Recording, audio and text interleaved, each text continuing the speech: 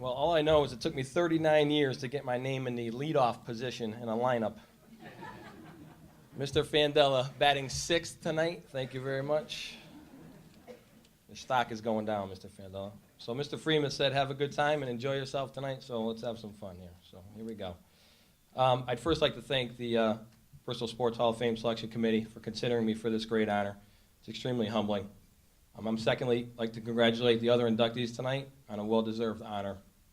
On a night like this, when Bristol athletics and Bristol sports and people come together to celebrate all that is good in this town, makes me think just how lucky I've been to be part of such a rich tradition. From Little League at Edgewood to the Pony League and Monahan Leagues right through to high school and Legion Ball, who could forget the Bristol Nighthawks? Before the Bristol Blues, we had the Nighthawks. So when Bob Callett called and told me I had been selected and would I like to accept, my first thought was, of course. But then I thought, why me? After I finally hung up, I was able to really reflect on what I have done over 30-plus years in Bristol sports. So here's my story. Mr. Formato, you want a story? I'll give you a story.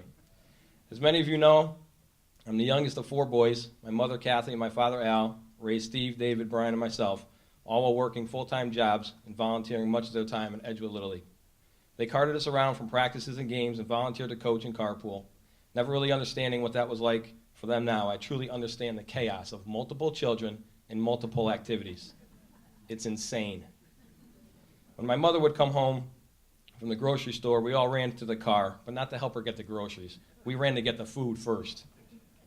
Unbeknownst to my brothers, they from an early age made me understand what it was like to work hard at something. I was always a tag-along kid, always the youngest and smallest and slowest, so in order for me to compete, I needed to work harder than them. As I started my Little League career, I was blessed very early on with great people who made an impact on my life. People like Rich Klett, who was my first baseball coach, Brian Farrell and John Ryan, who were my major league coaches, along with my father. These coaches from day one taught me the right things about baseball and how to play the game the right way. Hustle down the line, play hard even when you think no one is watching, swing at good pitches, and my favorite that I still use today with my own kids, hustle on and off the field.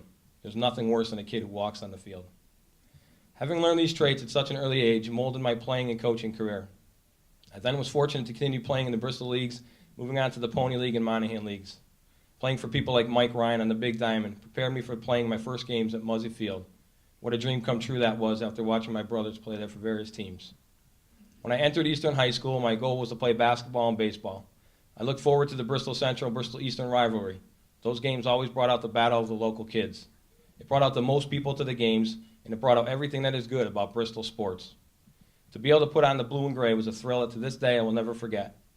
I was able to play for good people like Chinky Driscoll, Mark Redmond, and Mike Giovinazzo, along with Joe Lowry and Spec Monaco. These coaches taught me what hard work was really all about, putting in the time to get better at certain skills, taking extra batting practice, staying after in the gym for hours to play 2-on-2 with the coaches. These coaches also taught me the ins and outs of sports that I loved, along with the way to conduct myself on and off the field. They taught me how to use my own abilities and skills to my greatest potential. No baseball coach I ever had, and many of them are here tonight, ever penciled me in as the leadoff. I simply was way too slow. And as Mr. Krampitz would say, I was sundial slow. But put me in the 2 spot or the 9th spot, and I could get a runner over or squeeze a guy in from third. Their trust in me on the field allowed me to grow as a player and as an individual. I'm sure if you asked the coaches I played for, they would all tell you the same thing. He's definitely not the quickest of feet or the strongest of arms, but he'll work hard to get better. I thank them all for helping me get to this stage tonight. Without them, there is no way I'm standing here. During high school, I was able to then try out for the one and only team that every Bristol kid wanted to make. That was the Legion team. To put on the red hat with the white B on it meant I was now able to represent Bristol baseball. Everything that I worked hard for and everything I wanted out of baseball up until this point in my life was now a reality. Coach Jim Ziogas and Coach Gene Gentile took a struggling program at the time that played only 25 games a year and turned it around in just 1 year. We played 40-plus games and came 1 game short of going to the Legion World Series. The doubleheaders at Muzzy seemingly every night and the Doc Gilhooly ham and cheese sandwiches in between games brought our team to new heights that year. Friendships that were made during my high school years are still alive today. Friends that are here today, Dave Zibikowski, Bunty Ray, Tommy Ford, Tony Magnoli, and my brother-in-law Vinesy, Keith Vines, to name a few, are still my closest friends today. When I arrived at Eastern Connecticut to play baseball, I thought, man, I'm way out of my league here. A Division III national powerhouse with, at the time, 2 national championships to the resume. I have no clue what I'm getting myself into. I clearly didn't hit home runs. I think I hit one. And I didn't steal bases, but I had other skills that got me into the lineup as a freshman. Two guys that are here tonight took me under their wing, Scott Smith and Coach Bill Holowati. These two individuals poured their hearts and souls into that program so that we could be successful baseball players, but more importantly, young men. My roommates who are here tonight, Anthony Formato and Glenn Lungarini, made my time in Eastern Connecticut very memorable. In 1998, every baseball dream I ever had finally came true when we won the national championship. All of this happened because of the people that I had come in contact with here in Bristol. Bristol people molded me into the person I am today. I'm proud to say I'm from Bristol. I'm getting there. I'm almost done. All of the teachers and coaches I have had over the years have preached the same message in one way or another. Mr. Zisk is one of my former teachers, too. Don't look for handouts, they said. Don't expect being great to be easy. Expect it to be hard, and go out and work hard for everything. Funny part about this whole thing is that everything I was taught, I found myself telling the kids I coached. Coaching high school girls in anything is no easy task, and Tony Floyd can admit to that one too. But I asked of them everything that I asked of when I played. Records show wins and losses, but I felt like the relationships that were built were just as important. To see former players of mine, people like Sarah Plord, Audrey Bootman, and Meg Grenier, just to name a few, succeed now in their jobs and planning their weddings makes all those games and practices coaching worthwhile. To be able to coach and teach at Bristol Eastern after having attended there myself has been a great thrill. Being able to coach with the same coaches that taught me was a great thrill as well. Coaching for me was a way to give back to players everything I was given when I played. It was a way to instill in young athletes characteristics that I thought were important. Work hard, appreciate the game, and learn from your failures. Now to be able to coach my own children has been both a blessing and at times a curse.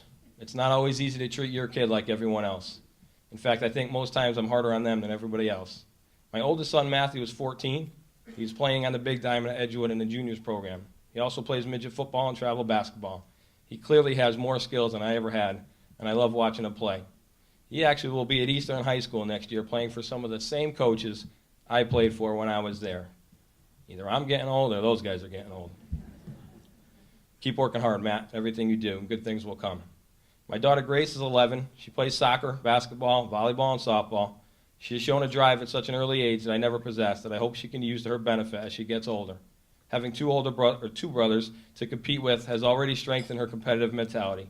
Keep working hard, Grace. And finally, Benjamin, my 9-year-old southpaw, also known as Benny the Beast to his basketball buddies. About 4'2". I lost my spot. He clearly has gotten his talents from his mother, thank goodness. A point guard in hoop and a utility player in baseball and a goalie in soccer. He does a little bit of everything, and he does it well. I love watching my kids play, and I'm glad they represent Bristol sports. Finally, to my wife, Lorraine, who has been with me for over 20-plus years, who has sat through game after game of mine while I was playing and coaching. There was no one else I would rather take this journey with than you. You have been patient and supportive of everything I've gotten myself into and over the years, and there's been a lot of things I've gotten myself into. But your love and friendship means everything to me and our children. Every family needs that guiding hand so that during tough times, your family pulls through in a positive way. You are that guiding hand in our family, and you always keep us moving in the right direction. I love you very much. So as I come to the end of my speech tonight, I need to make sure, along with the aforementioned, I thank a few more people. Because without these people, I never would have gotten a hit in Little League or turned a double play in high school or won a single game as a coach. Bristol people are good people, and to the following I say thank you.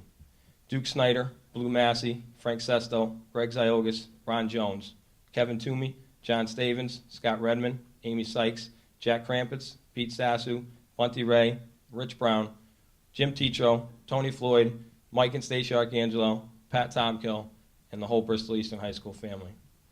Finally, I'd like to end my speech tonight with a quote from my college coach, Coach Holowati, who made the trip from Willimantic, and I appreciate it very much. He used to always say, surround yourself with good people, and good things happen. Pretty sure I followed your advice, Coach. Thank you.